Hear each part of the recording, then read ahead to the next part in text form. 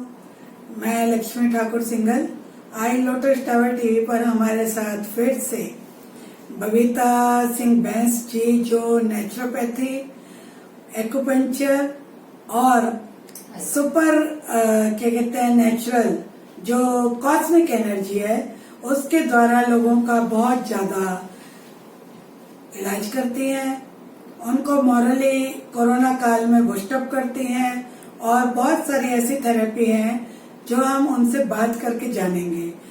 लेकिन आज का जो टॉपिक है वो उनके इलाज के अलावा समाज में किस तरीके से लोग इस समय आगे बढ़ रहे हैं, क्योंकि वो मध्य प्रदेश से बिलोंग करती हैं। तो हम कुछ मध्य प्रदेश के क्षेत्रफल कैसा है, वहाँ के लोग कैसे हैं, आप किस तरीके से लोगों के साथ संपर्क करती हैं और व्यक्तिगत तौर पे आप क्या करती हैं, वो सारे टॉपिक पे हम बात करेंगे। बबीता जी, आपका स्वागत है। कैसी हैं आप? हम तो अच्छे हैं, आप कैसे हैं? बस बहुत बढ़िया।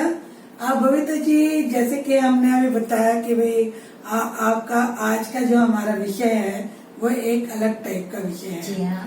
तो हम करते हैं शुरू आज इस बात को आगे लेकर चलते हैं कि कोरोना काल के बाद किस तरीके से लोग अलग अलग विषय पर सरवाइव करें। जी जी जी जी हाँ। ये अब जैसे कि हम अपने क्षेत्र में मध्य प्रदेश की ही बात करते हैं जी, कि भाई वहाँ किस तरह से क्या करना चाहिए या किस तरह के लोग रहते हैं। वहाँ तो सारे ज्यादातर वो क्षेत्र आदिवासियों का है। मध्य प्रदेश जो है आदिवासियों का है। तो वैसे तो अलग अलग पार्टीज वगैरह ने वहाँ पर काम किया है। थोड़ा बहुत कुछ ही गांव में डेवलपमेंट हुआ है, तो पर जहाँ और अंदरूनी गांवों में डेवलपमेंट होना चाहिए वहां तक तो नहीं पहुंचा है। अभी भी बहुत से गांव हैं जो वैसे ही रह गए हैं। तो जैसे कि बात करें क्या कहते हैं डेवलपमेंट नहीं पहुंचा, और डेवलपमेंट ना पहुंचने के कारण ही आप जैसे टैलेंटेड लोगों को शहरों में पलायन करना पड़ा। हाँ जी, हाँ जी। अब जैसे वहाँ पर हम अपना वर्क करते थे, मैं एनजीओ भी चलाया करती थी उतने समय। तो मैंने गांव के अंदर जब मैं सर्वे करने जाया करती थी तो देखा कि वहाँ भी गांव के अंदर बहुत बच्चियां हैं, लेडीजें हैं जो सिलाई, बुनाई, कढ़ाई और क्या बोलते हैं अपने ब्यूटी पार्लर और कुछ बड़ी पापड़, चिप्स, कुछ इस तरह से कुछ बनाया करती थी। फिर कुछ छींद के काम, फिर कुछ बांस के काम किया करती थी। पर उनको उतने अच्छे से उनको रास्ता नहीं मिला। देखिए, इन लोगों को तो हमको ढूंढ के लाके और उनको रास्ते में लाना है कि भाई देखो ये काम करके आप इतना आगे बढ़ सकते हैं। अगर उनको मार्गदर्शक नहीं मिलेगा और मार्गदर्शन नहीं देख पाएंगे वो, तो फिर कैसे उनका डेवलप होगा, ये बताइए। फिर कुछ ऐसी हस्तियां होती हैं जो बेचारे सारे कुछ जानते हुए भी और चुपचाप बैठ जाते हैं, नहीं कर पाते हैं। एक दो उदाहरण देकर आप समझाइए कि कैसे वो बैठ जाते हैं। मेरे को बड़ी जिज्ञासा है। हाँ आपकी बात और आपका दर्द समझ के। हाँ, मुझे ऐसा लगता है कि वो कौन लोग हैं जिनको आपके दिल में प्यास रह गई कि हमें इनको आगे बढ़ाना। हाँ जी। सबसे पहले तो मैं अपना ही एग्जाम्पल दूंगी जी कि मैं एक मिडिल क्लास से बिलोंग करती हूँ। मेरी फैमिली, क्योंकि हम लोग राजपूतों फैमिली में से हैं, तो मेरे फैमिली के लोग मुझसे कहते थे कि नहीं, बिटियाओं को हम लोग पढ़ाते नहीं है। वो तो जैसे तैसे हमने पढ़ लिया। फिर आगे जब हम ट्रेनिंग वगैरह करने के लिए निकले घर से, तब बोलते हमारे घर की लड़की, चाचा बाबा के फैमिली के लोग, पापा जैसे तैसे मान गए, पर चाचा बाबा लोग नहीं माने। तो उन लोगों ने मुझसे बात करना भी बंद कर दिया, आज की डेट में भी। अच्छा। और गलत गलत बातें करना इस तरह से होने लगा। फिर आज मैं जिस मुकाम पे हूँ, मैं अपनी मेहनत से और अपने बल पे हूँ। मेरे पापा का बहुत बहुत धन्यवाद करती हूँ, मेरे जो स्टेप मदर है। अच्छा। हाँ जी। और आप यकीन नहीं करेंगे, वो हम लोग राजपूत हैं और मेरी मदर मुस्लिम है। बड़ा अच्छा कॉम्बिनेशन है और आपस में प्यार और सौहार्द का एक उदाहरण है। जी। और मैं अपने मदर की अकेली हूँ बेटी। वो हिंदू थी मेरी मदर और वो नहीं रही। और जो ये वाली मदर है मेरी स्टेप मदर, यानी कि अब हमें तो उस शब्द को यूज नहीं करती हूँ, मेरे लिए बहुत अच्छी है। और इनसे मेरे 3 ब्रदर हैं। तो हम लोग चारों भाई बहन ऐसे रहते हैं कि कोई हमें ये नहीं बताएगा।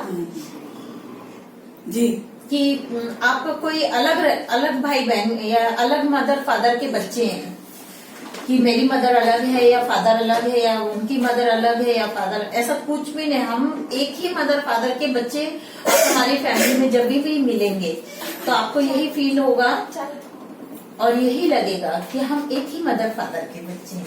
और हमारे यहाँ पर क्या बोलते, हम लोग हिंदू तरीके से भी सारे त्योहार हमारे, क्योंकि हमारे तो कुल देवता और कुल देवी जो है उनकी तो हम लोग को सारा कुछ करना पड़ता ना, पूजा पाठ। हम लोग ने अपने संस्कार नहीं छोड़े। और जो ये वाली मदर आई हुई है, मुस्लिम मदर है जो, इनको भी हमने कभी ब्रेक नहीं लगाया कि आप ऐसे रहो, आप ये मत करो, आप वो मत करो। क्योंकि हमारे पूर्वजों से कुछ फैमिली में पीर वली पैगंबरों का जो आवक थी तो वो हुआ करता था। तो दादा परदादा से ये चला आ रहा था ये सिस्टम हमारे यहाँ। तो आज भी हम लोग उस चीज को मानते हैं, एक तरह से उनको हम अपने देवता मानते हैं भाई। अगर अपने संस्कारों में, हिंदू संस्कारों में बोला जाए तो देखो, हर किसी का अपना अपना एक कुछ तो रहता है। और मैंने ये देखा, बहुत अच्छी बात लक्ष्मी जी, कि अधिकतर राजपूत फैमिली में, इवन राजस्थान भी हो सकता है ये, कि जो मुस्लिम वली और पैगंबर वगैरह कुछ ऐसे होते हैं ना जो किसी के साथ में यानी मदद करते हैं, तो वो अधिकतर हिंदू फैमिली में होते हैं। मुस्लिम फैमिली में तो होते हैं, बहुत कम होते हैं, बट हम लोग की फैमिली में ज्यादा होते हैं। तो भाई हम लोग कैसे फिर उस जाति बात को पैदा कर दें कि ये जात अच्छी नहीं है, कि वो जात अच्छी नहीं है, कि ये लोग अच्छे नहीं है, कि वो लोग अच्छे नहीं है। ये तो मनुष्य अगर किसी भी जात में देखे, देखो हम लोग का एक रहता है कि संस्कार के पर डिपेंड करता है। मुस्लिम के भी संस्कार अच्छे होते हैं, उनकी बच्चियों को देखो बिना यानी कि शरीर पूरा ढका हुआ है, ये अपना कि भाई देखो शरीर खुला हुआ अगर है तो फिर उसमें थोड़ा सा तो ऑब्जेक्शन होता ही है ना लोगों का। तो इससे अच्छा हम ढके मुंदे रहें। तो हमारे कृष्ण जी ने, मैं आपको बहुत अच्छा एग्जाम्पल दूंगी अपने ही धर्मशास्त्रों से, कि कृष्ण जी जब गोपियां नदियों में नहाने जाया करती थी तो वो वस्त्रों को अपने पेड़ के पास रख दिया करती थी और वो नग्न होके नदियों में नहाया करती थी। तो कृष्ण जी उनके पूरे कपड़े उठा लिया करते थे। तो गोपियों ने एक बार उनसे यही पूछा, सवाल किया कि कृष्णा आप हमारे कपड़े क्यों उठाते हैं? तो बोले आपको मालूम है कि स्त्रियां जब नहाती हैं तो नग्न होके नहीं नहाना चाहिए। ये देखो अपने धर्मशास्त्र की बात है कि स्त्रियां नहाती हैं तो नग्न होके नहीं नहाना चाहिए, वो भी खुले में। क्योंकि अगर कोई मनुष्य नहीं देख रहा, कोई इंसान नहीं देख रहा है, परंतु पक्षी और पेड़ पौधे भी देख रहे हैं। बोले ये कितनी बड़ी बात कृष्ण जी ने कही है, ये हम नहीं कह रहे, ये कृष्ण जी ने कहा है। ऐसा मतलब लोग कहानी और ये सब बताते हैं। हाँ, तो जब ये धर्मशास्त्रों में लिखा है तो हमारे औरतों को और इवन पुरुषों के लिए भी लिखा है कि नग्न नहीं नहाना चाहिए। अच्छा, हाँ जी, कि सिर्फ स्त्री के लिए नहीं बोला गया, उसमें कृष्ण जी ने कहा पुरुषों को भी नग्न नहीं नहाना चाहिए, वो भी नदी या तालाब में खुले। अच्छा, हाँ जी। तो कहने का मतलब है कि हम किसी एक जाति विशेष को नहीं बोल सकते कि वो घूंघट प्रथा या बुर्का प्रथा या ये वो, लड़कियों को बस एक साफ सुथरे कपड़ों में देखना चाहता है समाज और अच्छे लिबास में कुछ शरीर ढका हुआ हो, बस ये है। बाकी तो कोई और वो नहीं रहता, अपनी अपनी फिर सोच है। उसके बाद जैसे कि मैं अब अपने इनकी बात करती हूँ कि हमारे मध्य प्रदेश के बारे में। तो अब हम लोग तो जैसे निकल गए अपनी जिद से, हमने जो कुछ किया है आज हम सक्षम है, ईश्वर की कृपा है हमारे ऊपर कि हम दिल से अच्छे हैं तो हमारे सारे सहयोगी मिलते रहते हैं हमें। लेकिन एक ऐसा लगता है कि जैसे कि कहीं तो कोई दर्द तो बाकी है। हाँ, क्योंकि मिट्टी से उखड़ के फिर नए सिरे से शहरों में 36 तरीके की परेशानी। जी जी जी जी हाँ, तो इस तरह से अब मान लीजिए कि मैं इतनी स्ट्रांग लेडी हूँ, पर मेरे जैसे हर कोई तो स्ट्रांग नहीं है ना जी। तो कहने का मतलब है कि अगर बाय द वे हम एक मोटा मोटी एमपी में मध्य प्रदेश की बात करें जहाँ पर आदिवासी तबका है, या छत्तीसगढ़ की बात करें, तो इस तरह की जगह पे तो ये हो सकता है ना कि उनको हम कुछ सिखा सकते हैं, कुछ मार्गदर्शन दे सकते हैं, कुछ ऐसे ग्रुप्स बना सकते हैं अपन लोगों के माध्यम से, कुछ मीडिया के माध्यम से, जैसे आपका लोटस टावर है, इसके माध्यम से, या कुछ इस तरह से कुछ हम काम कर सकते हैं उस जगह पे जाकर कि उनके ही जरिए उनको ही डेवलप कर सकते हैं। अच्छा, हाँ तो जैसे आप वहाँ से निकली जी आप बहुत छोटी उम्र में निकली होंगी। जी जी जी। तो आपने कैसे कैसे क्या क्या सीखा और आज आप किस मुकाम पर पहुंच गई हैं जी, इसके ऊपर थोड़ा रोशनी डालें। जी हाँ, देखिए मैं तो सबसे पहले मैं 10th क्लास तक मैंने पढ़ा, तो मेरी सिस्टर की मेरी सिस्टर और मैं साथ में पढ़ते थे, दोनों ही साथ में रहते थे, दोनों ही साथ में पढ़ते थे। फिर कुछ ऐसा हो गया कि मेरी सिस्टर की डेथ हो गई। ओहो। हाँ जी, और मेरे ब्रदर की डेथ हो गई। तो उससे ये हुआ कि मेरा ब्रेन थोड़ा सा डिस्टर्ब हो गया। वही जो क्या कहते हैं, जो दूसरे मतलब जो दूसरी माँ है उनके बच्चे नहीं, फिर इनके साथ मेरी खुद की सगी सिस्टर, एक मेरी मदर के हम 2 बेटियां थी। तो हम दोनों बेटियां साथ में रहते थे, साथ में पढ़ते थे, हम लोग का 1-2 साल का डिफरेंट था। अच्छा, पहली वाली? हाँ जी, मेरी मदर की, जो मेरी रियल मदर थे उनके। तो हम 2 बेटियां भर थे। फिर उसके बाद पापा बोले कि छोटी छोटी बेटियां हैं, सिस्टर मेरी 9 महीने की थी, मैं 1.25 साल समथिंग 1.5 साल की थी। पापा ने फिर ये सेकंड मदर लाए। तो इनके द्वारा फिर जो बेटे हुए, तो 4 बेटे हुए इनके भी। एक बेटे की भी डेथ हो गई। अच्छा। हाँ जी, वो 2.5 साल का होके उसकी डेथ हुई। परंतु हम लोग बहुत अच्छे उससे पढ़े बड़े और हम लोग को बहुत अच्छा रखा गया। पापा भी A क्लास कॉन्ट्रैक्टर रहे और बहुत अच्छा सब कुछ हम लोग को मिला, सब कुछ। पर कहते हैं ना कि एक वक्त आता है कि राजा भी रंक हो जाता है, तो कुछ समथिंग शायद मेरे लक में कुछ ऐसा ही रहा होगा। तो मैं अपनी फिर जब सिस्टर की डेथ हुई उससे फिर मैं बहुत डिस्टर्ब रहने लगी। फिर मैं 10th क्लास में फेल हो गई। हाँ जी, फिर मैं कुछ समय तक मैंने 2-4 साल तक फिर गैप छोड़ दिया, यानी कि मैं पढ़ी नहीं, मैं कुछ नहीं करना चाहती थी, अपने आप को मैंने बिल्कुल डल छोड़ दिया। मतलब एक तरीके से डिप्रेशन हो गया। जी हाँ जी हाँ जी जी जी। माँ तो पहले ही जा चुकी। हाँ जी हाँ जी, ये सब कुछ कि अब मेरे लिए कुछ भी नहीं है जी। फिर उसके साथ मेरा ये हुआ कि मेरी मौसी है, यानी कि यही मदर की मेरी मौसी की हैं, इनकी सिस्टर्स लोग।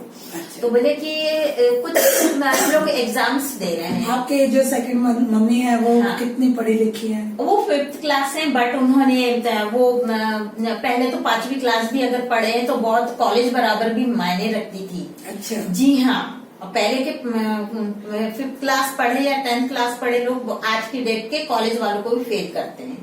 अच्छा, हमारा एजुकेशन सिस्टम काफी स्ट्रॉन्ग था, यानी कि सभी बहुत, हम लोग खुद घर में पढ़े, हम लोग को 5th क्लास से ले रहे थे। बोले हमारे रेगुलर के बच्चे इतने स्ट्रॉन्ग नहीं है जितने आपके घर में पढ़े बच्चे स्ट्रॉन्ग है। बोले अच्छा। हाँ, पर पापा ने बोला नहीं, इनको 4th क्लास से ही डाल दो आप, इस तरह से था।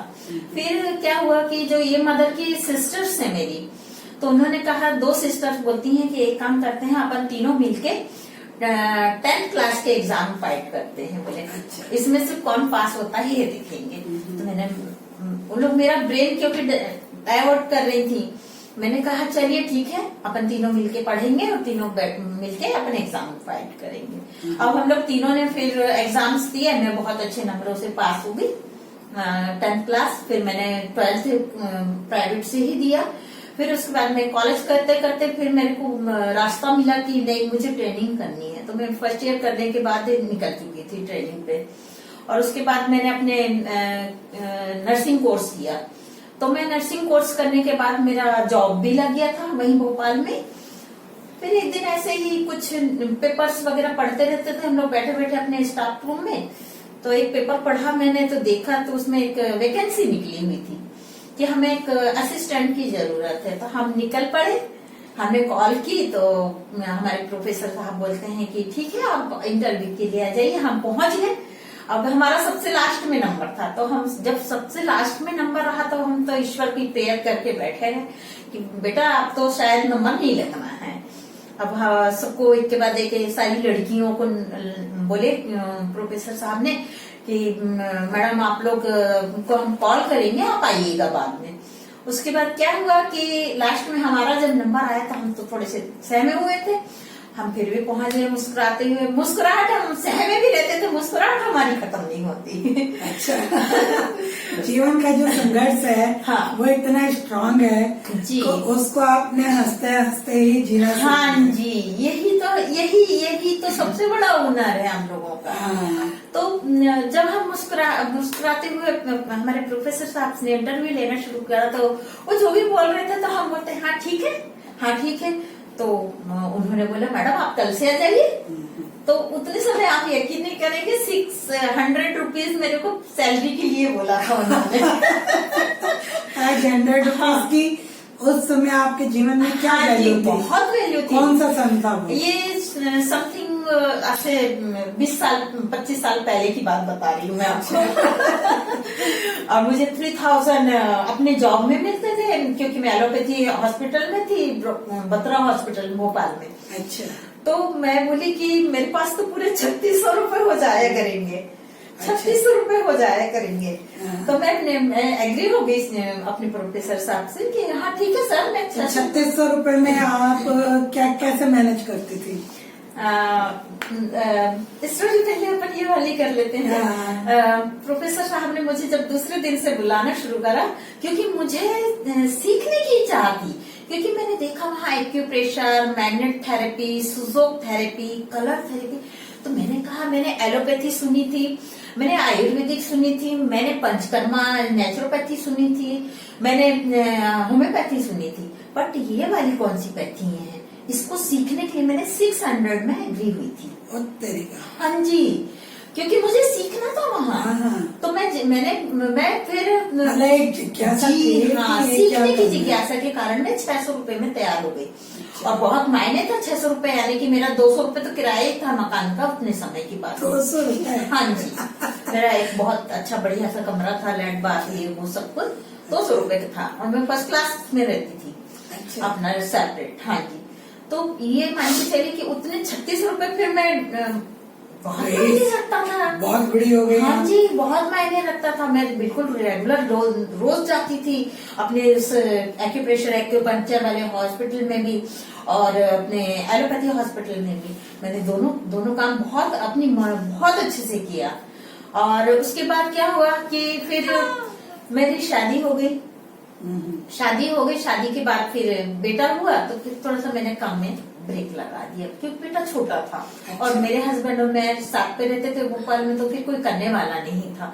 उसके अलावा फिर हम लोग निकल गए। फादर बोले, मेरे पापा बोले कि बेटा आप लोग, बेटा छोटा है तो यहाँ आ जाओ। फिर मदर फादर के पास आ गए। मतलब आप जॉब छोड़ के फिर उसके बाद आप चली गई? जी हाँ, तो फिर हस्बैंड और मैं साथ पे वहाँ पर रहने लगे। फिर मैं एनजीओ चलाने लगी, एक एनजीओ का काम आया मेरे पास, मैं एनजीओ चलाने लगी। मतलब किसी और के एनजीओ में आपने वर्क करने लगी। तो मेरे को सबसे पहले एक आया था समग्र स्वच्छता अभियान का काम। अच्छा। हाँ जी, तो समग्र स्वच्छता अभियान तो मोदी जी के टाइम पे आ रहा है। सॉरी, ये तो राजीव गांधी जी के और इंदिरा गांधी जी के समय से है और मैंने बहुत पहले से किया हुआ है। मेरा बेटा तो इस समय 3 महीने का था। अच्छा। 3 महीने का, आज 18-19 साल का हो रहा है मेरा बेटा। तो भाई ये तो मैं उतने समय की बात बता रही हूँ। और मैं पहली महिला कॉन्ट्रैक्टर थी मध्य प्रदेश में जिसने महिलाओं को ट्रेनिंग दिलवाई थी कि आप राजमिस्त्री का काम करना सीखें। तो उतने समय मुझे ज्ञात हुआ था कि मेरे लिए राष्ट्रपति पुरस्कार भी आया था, पर एक बीजेपी विधायक हमारे यहाँ पर थे, वो पता नहीं क्यों क्या उन्होंने अपने किसी लेडीज का नाम वो करा और मेरे से पता नहीं कितने समय में, क्योंकि मैं जनपद पंचायत भी जाया करती थी हमारे ब्लॉक की, तो वहां पर मेरे द्वारा सिग्नेचर ले लिए थे। तो मैं हंसते हंसते मैं तो बात करते करते हाँ मैडम जरूरी है, तो मैंने कर दिया ठीक है। मतलब उससे आपकी ये प्रेरणा मिली कि बिना पढ़े किसी भी कागज पर साइन नहीं करना चाहिए। तब मैंने फिर बाद में मुझे 6 महीने बाद मेरे ही एनजीओ, क्योंकि मैं मुमकिन है अभी आने, यानी हम लोग महिलाओं के लिए भी काम करते थे। मैं बहुत से एनजीओ के साथ मिलके काम करती थी अलग अलग सब्जेक्ट पे, जैसे सेल्फ हेल्प ग्रुप के साथ भी मैंने काम किया, मैंने क्या बोलते हैं अपने वर्ल्ड वाइड के साथ भी काम किया है। तो मेरे को तो अलग अलग सब्जेक्ट पे काम करने में बहुत मजा आता था। पैसा बहुत कम कमाया है, बट काम करने में मेरे को बहुत एंजॉय, बहुत मजा आया। लोगों को समझने में, जानने में, लोगों की क्या मुश्किलें हैं, क्या हालात हैं, ये सब जानने में मुझे बहुत अच्छा लगता था। क्योंकि मैं बचपन से ही ना एक सेवा भाव मेरे में बचपन से ही मदर फादर के कारण रहा है। फादर भी हमारे ऐसे ही सेवा भाव के रहे हैं कि किसी की मदद करना है, ये वो हर तरह से मदद करते थे। आप इतनी आपके जीवन की हमने एक छोटी सी एक झलक जानने की कोशिश की। तो आज जो डॉक्टर बबीता जी आज क्या कर रही है, जो आपने पुरानी चीजों को याद करके बड़ा अच्छा सा लगा, आपसे बात करके बड़ा मजा आ रहा है, और उसको हम सीरीज वाइज दिखाएंगे। लेकिन आज की बबीता कैसी है?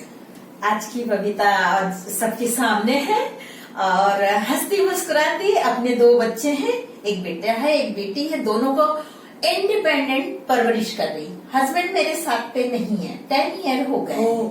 हाँ जी, तो मैं अपने दोनों बच्चों की परवरिश अपने बल पे कर रही हूँ। मेरे ससुराल पक्ष से 1 रुपए का भी कोई सहारा नहीं है। और मेरा बेटा 10th क्लास में पास हो गया है, मेरी बेटी 6th क्लास में पास हो गई है, और मुझे बहुत खुशी होती। देखिए, माँ के नहीं रहते हुए बच्चे पढ़ रहे हैं, जिस भी तरह से पढ़ रहे हैं, पास हो गए हैं, मेरे लिए वही वो काफी है अभी फिलहाल। तो जब मेरे पास रहेंगे तो फिर कुछ उम्मीद करूंगी कि नहीं, इनको कुछ अच्छा नंबर से पास हो। आपने अपने बच्चों को हॉस्टल में डाला हुआ है क्या? नहीं, ये मेरे मदर फादर, आपको बहुत सुन के बहुत अच्छा लगेगा कि मेरी यही स्टेप मदर है, मेरे स्टेप ब्रदर हैं, जो मुझे कभी एहसास नहीं होने दिया, ना मेरे बच्चों को एहसास होने देते हैं कि हम लोग आपके अपने सगे होते हुए भी सगे नहीं है। ऐसा कभी एहसास नहीं होने दिया। हम लोग एक ही खून के, एक ही मदर फादर के औलाद जैसे रह के, और मेरे बच्चों की परवरिश वही कर रहे हैं आज की डेट में। बहुत अच्छी बात है, बहुत अच्छी। तो आप अपना कैसे रोजी रोजगार को कैसे आगे बढ़ाना? हाँ जी, मैं इत्तेफाक से ऐसा हुआ कि कुछ इंटरनेशनल एक प्रोग्राम था दिल्ली में। मैं इंटरनेशनल सोसाइटी से भी कनेक्टेड हूँ। सॉरी, आज तो बड़ी खांसी हो गई। कोई नहीं। तो इंटरनेशनल सोसाइटी से भी कनेक्टेड हूँ मैं। तो हुआ यूँ कि हम आए हुए थे दिल्ली, तो एक आयुर्वेदाचार्य मुजफ्फरनगर से थे वो। ये क्या कर रहे हैं आप? मैं आपका खांसी का ट्रीटमेंट दे रही हूँ और खांसी होती नहीं, अचानक कैसा हो गया? ये थोड़ा सा हम लोग इसमें एसी में बैठे हुए ना, इसके कारण आपको खांसी आ रही है, बाकी और कोई प्रॉब्लम नहीं है। तो इन्होंने हम तो बहुत पेन हो रहा है। हाँ जी, ये क्योंकि खांसी का पॉइंट है, इससे पेनफुल है। हाँ जी। तो हम लोग बैठे हुए थे, तो उन्होंने बोला कि आपका नंबर दे दीजिए। तो हम लोग सारे मीटिंग में अपना एक दूसरे का सब्सक्राइब कीजिए और मुझे आगे बढ़ाइए। बिल्कुल बिल्कुल। Thank you lotus tower TV के सभी व्यूवर्स को। जय भारत, जय हिंद, नमस्कार। नमस्कार। सब्सक्राइब कीजिए और मुझे आगे बढ़ाइए। बिल्कुल बिल्कुल। Thank you lotus tower TV के सभी व्यूवर्स को। जय भारत, जय हिंद, नमस्कार। नमस्कार।